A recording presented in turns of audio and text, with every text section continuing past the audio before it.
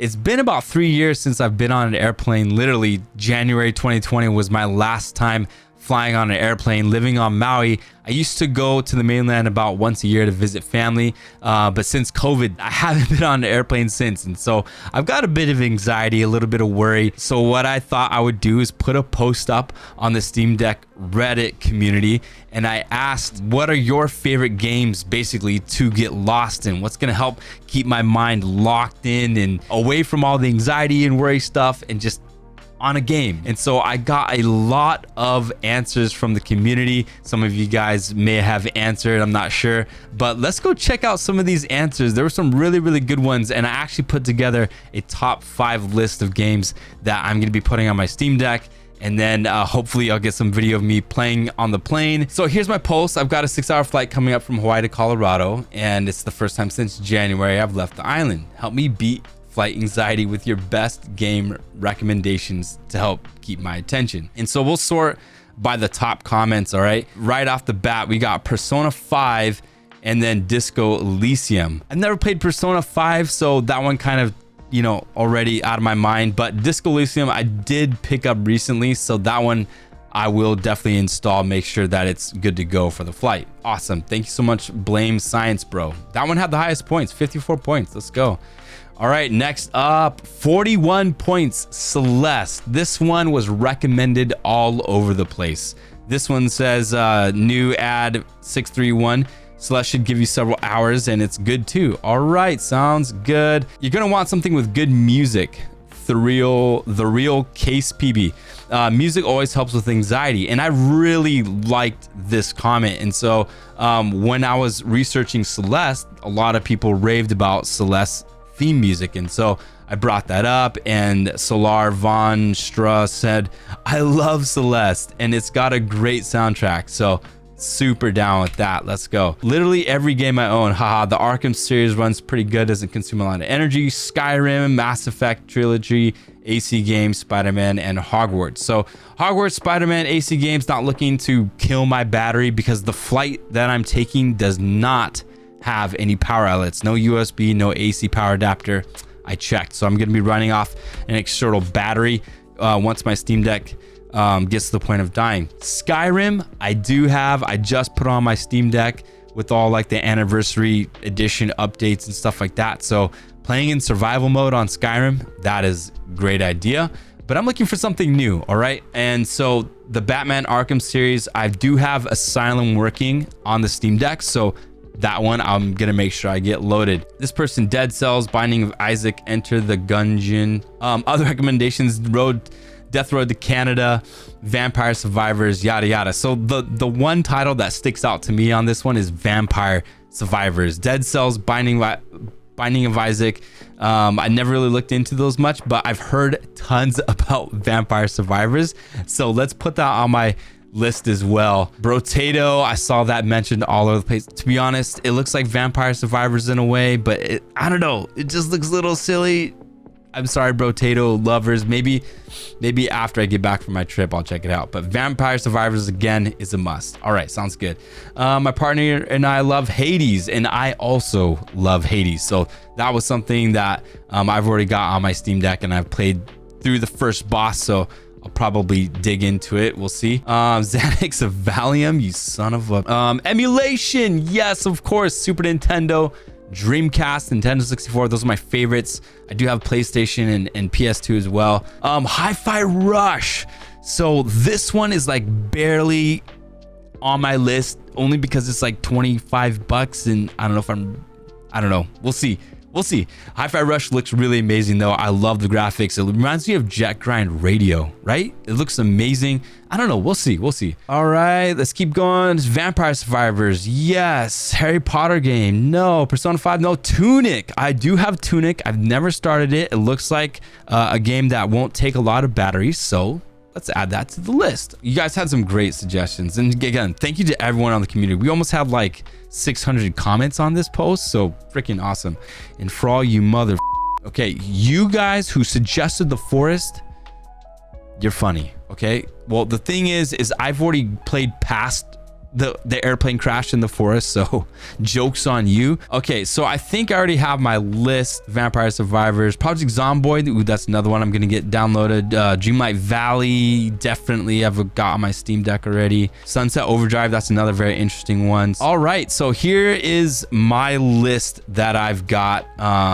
I cheated a little bit. I already kind of went ahead and went through all this stuff, but it's going to be Disco Elysium, Celeste, Batman, Arkham Asylum, Vampire Survivors, and then Tunic. Out of those 5 games, I've got all the rest of my library. Okay, so let me switch over real quick. Let's go ahead and start downloading these games.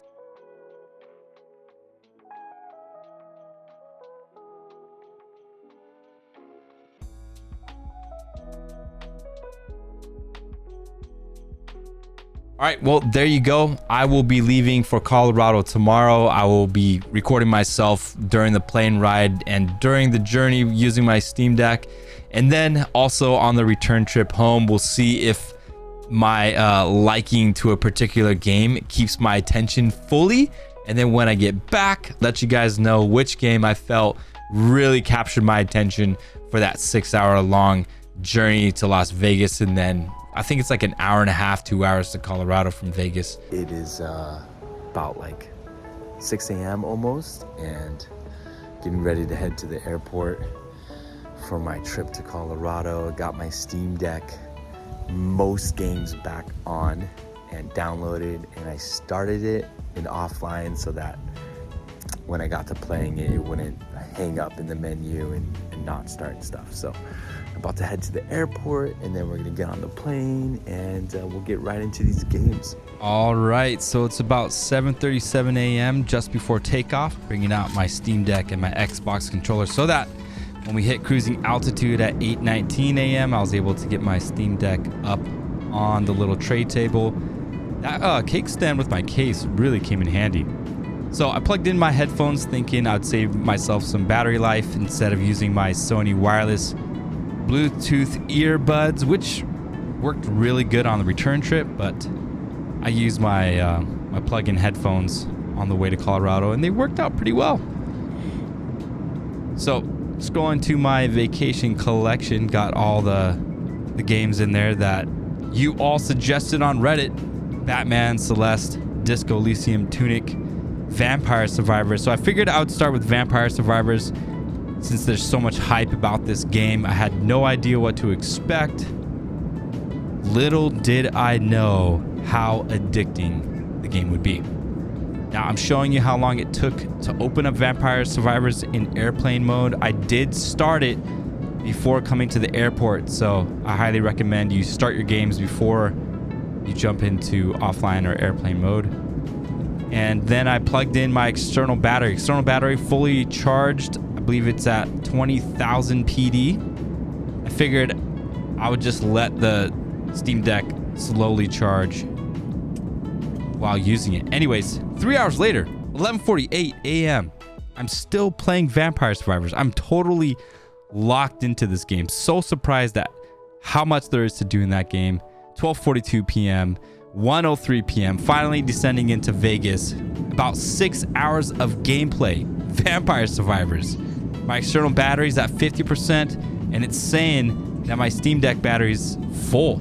As you can see, the duration is projected duration slowly going down. This is after we took off from Vegas. It's at 82%. 4 hours and 43 minutes left.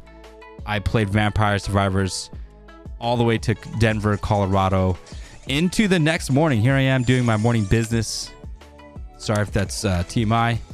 But anyways, absolutely addicted to this game. Trying to hit that level 100. There's just so much to do in this game. It's so awesome. But I gotta say, touching back on the external battery, that was the move. If your plane doesn't have any power options like mine didn't, it had no USB or AC adapter plugins or anything, having an external battery plugged into your deck with your deck at full power, just let your deck slowly lose charge, but then charge up on the external. As you can see, I've got 41% left the next morning.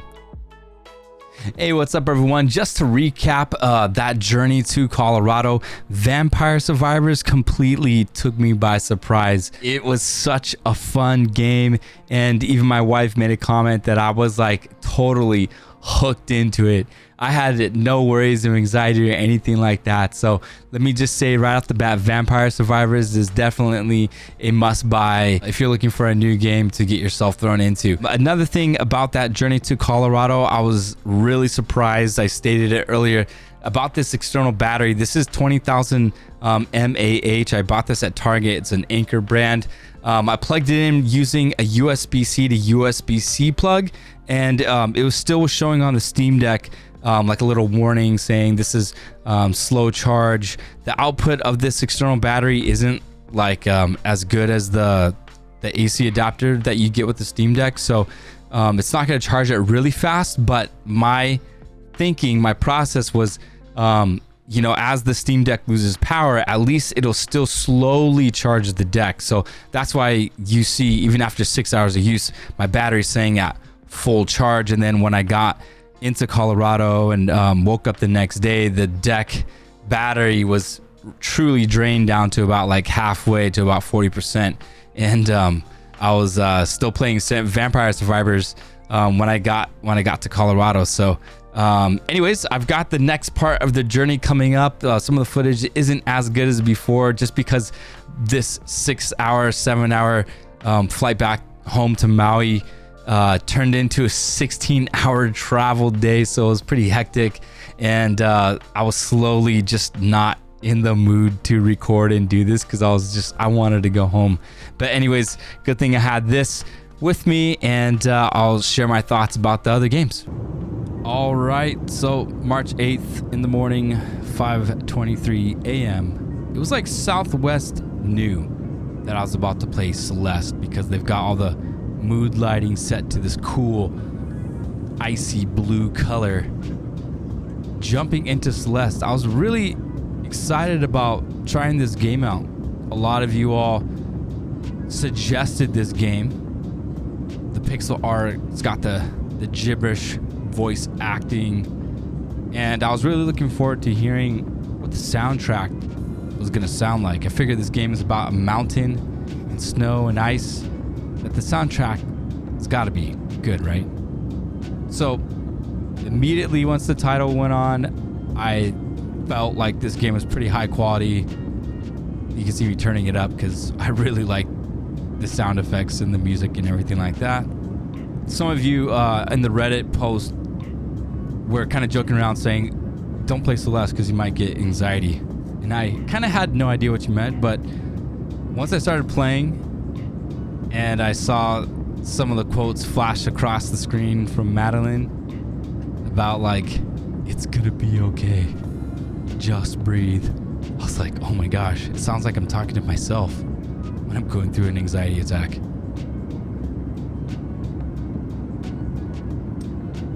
Why are you nervous? Oh my gosh. So I was like, no, are you kidding me? Am I gonna get anxiety from playing this game? But really, this game was really fun. It was real challenging. I played a couple chapters of the game. I didn't get too far because then the plane was descending into Phoenix, so I had to turn it off. But I definitely see myself completing this one. Awesome recommendation. All right, so on to the next flight, heading up to San Jose because we weren't able to get onto the direct flight to Maui, so we had to go to San Jose, try and catch a flight to Maui. So I decided to throw on like a short game. I figured Disco Elysium. Had no idea what this game was about, and to be honest, I still don't know what this game is about. I figured this game is about like you're some alien primordial life form that reincarnates into a body of a drunk cop or something. And then you got to figure out how to like be a human and solve a crime or something. I don't know. To be honest, it definitely was putting me to sleep. And as you can see, loading it up for the first time on the deck in offline mode is taking a little bit of time, but finally it booted up. So I chose the Thinker. I didn't know the positives or negatives to each class. And as soon as the game started, I was just like, what the heck is this? Got all these quotes flashing across the screen, got this like dialogue going on. And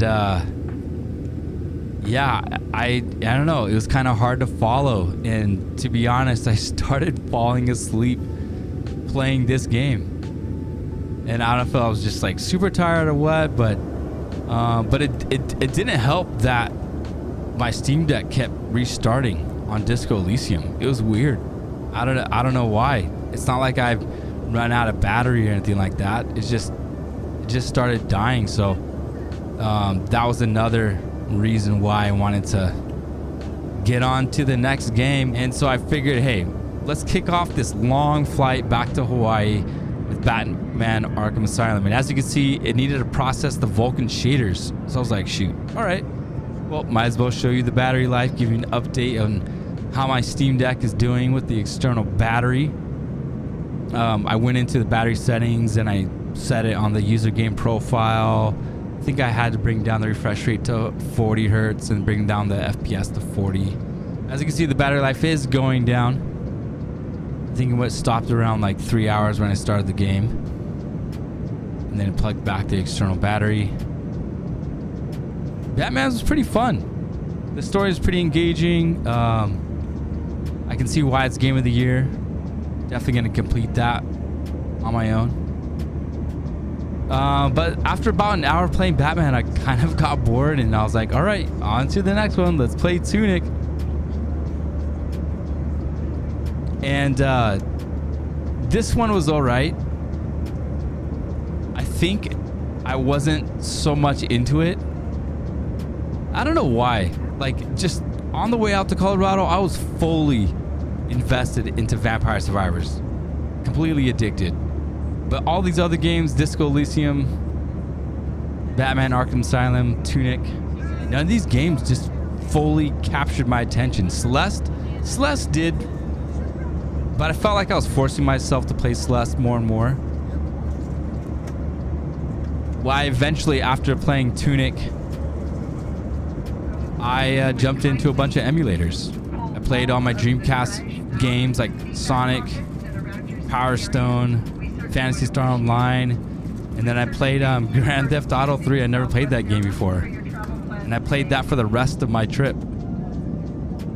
And there you go. You can see we're beginning our descent into Honolulu. And the Steam Deck battery, 92% left. Pretty amazing. And then I just wanted to show you my external battery finally descending into Honolulu. Well, that's it. That is my journey to Colorado and back. The Steam Deck was the perfect travel companion. I want to give a huge shout out to the Steam Deck community on Reddit. Thank you so much for all of your recommendations and just entertaining comments. It was so wonderful to hear all of your experiences flying with the Steam Deck and your general encouragement to me. I know there's a lot of like trolls and funny jokes and stuff like that, but honestly, I felt like the community was really caring and you guys really gave out some good recommendations. Now, if you're like me and you've got a trip coming up and you're wondering after wasting your life 18 minutes into this video what games you should play on your next long flight, I highly recommend Vampire Survivors. That is a game that'll eat hours of your flight time away. Batman Arkham Asylum was great, Tunic was great, Disco Elysium. I feel like those definitely cater to specific tastes. For me, I jumped into a bunch of emulators and had so much fun playing Sonic and Phantasy Star Online and Grand Theft Auto 3, just playing those clunky missions and stuff. It was funny, but I got lost in those games. So definitely check them all out. Celeste, I thought they were great. There's a lot more game recommendations in that thread. I'll make sure to put the link in the description below so you can read through it. And I just want to say good luck to you if you're flying out anytime soon. Make sure if your plane does not have any power options, make sure you have an external external battery and you plug it in with the USB-C to USB-C to get you that faster power delivery. Might be a good idea to get some wired headphones to save your battery life. My Sony earbuds, they did last the entire flight time, the travel time. Actually, I'm pretty surprised that they were able to last pretty long. These are the Sony Link Buds S with the active noise canceling. Did a really good job keeping things quiet on the airplane, and I could just stay focused on the game.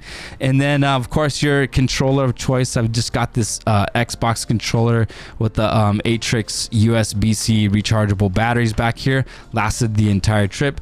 Really great. So if you like this video, please comment down below. Make sure you like this video, subscribe to our channel. I would like to know how you like this video, if anything was helpful for you, and I guess I'll just see you guys on the next one. Cheers.